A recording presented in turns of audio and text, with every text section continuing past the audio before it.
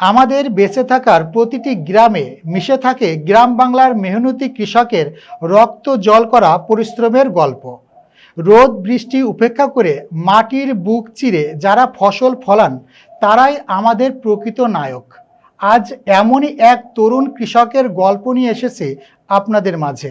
মাত্র 23% জমিতে বিভিন্ন রকমের কৃষিপণ্য উৎপাদন ঝিনাইদহ জেলার গান্না ইউনিয়নের পশ্চিম গোপীনাথপুর গ্রামের কৃষি উদ্যোক্তা উত্তম কুমার মুক্ত। বিস্তারিত দেখুন আমাদের স্পেশাল করেসপন্ডেন্ট উজ্জ্বল রায়ের তথ্যচিত্রে।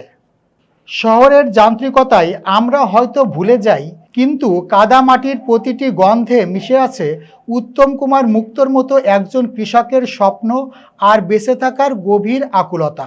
মাটির সাথে মিতালি করে মাত্র 23% জমিতে করেছেন বিভিন্ন ফসলের চাষ। মুখী কচু, ওল কচু, বেগুন, পেঁপে, উস্তে, কলা, কাঁঠাল সহ নিত্য প্রয়োজনীয় সবজির সমাহার রয়েছে তার ক্ষেতে। এসব চাষে তিনি ব্যবহার করেন জৈব সার। দীর্ঘ এক যুগ প্রবাস জীবন কাটিয়ে তিনি মাটির মায়া আর ফসলের মায়ায় জড়িয়ে একজন কৃষকের জীবন আমাদের শেখাচ্ছেন ধৈর্য এবং কঠোর পরিশ্রমের প্রকৃত মানে। তরুণ এই উদ্যোক্তা বলেন, বড় বড় অট্টালিকার ভিড়ে আমরা যেন ভুলে না যাই এই সবুজ শ্যামল পৃথিবীর রূপকার বাংলার সাধারণ কৃষি ও কৃষকদের। প্রকৃতির সাথে মিতালি করে সবাই তার মতো কৃষিপণ্য উৎপাদনে দেশের আর্থসামাজিক উন্নয়নে ভূমিকা রাখবে, এটাই প্রত্যাশা করেন এই তরুণ উদ্যোক্তা উত্তম কুমার মুক্ত। আমি দীর্ঘদিন যাবত আজ 5-6 বছর কচু চাষ করছি। কচু চাষের পাশাপাশি অন্যান্য সবজি আছে। যাক, আমি আগে আগে বাইরে থাকতাম, প্রবাসে আসছি। আসার পরে আমি এমন একটা উদ্যোগ নিয়েছি যাতে আমার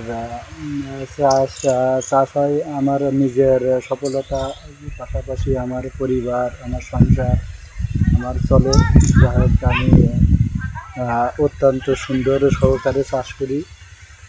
আমি রাসায়নিক সার খুব কম ব্যবহার করি। আমি জৈব সারের প্রতি অত্যন্ত জোর দিয়েছি, যাতে জৈব সার চাষে দিলে কচু বা ওল জাতীয় খুব সুন্দর হয়। এতে খাইতে গেলে কোনো সমস্যা নেই। পাশাপাশি উপজেলা ঝিনাইদহ অফিস, মাঝে মাঝে ওনাদের সাথে যোগাযোগ হয়। যে কোনো সমস্যায় পড়লে ওনাদের সাহায্য নিই। ওনারা আসেন এবং দেখেন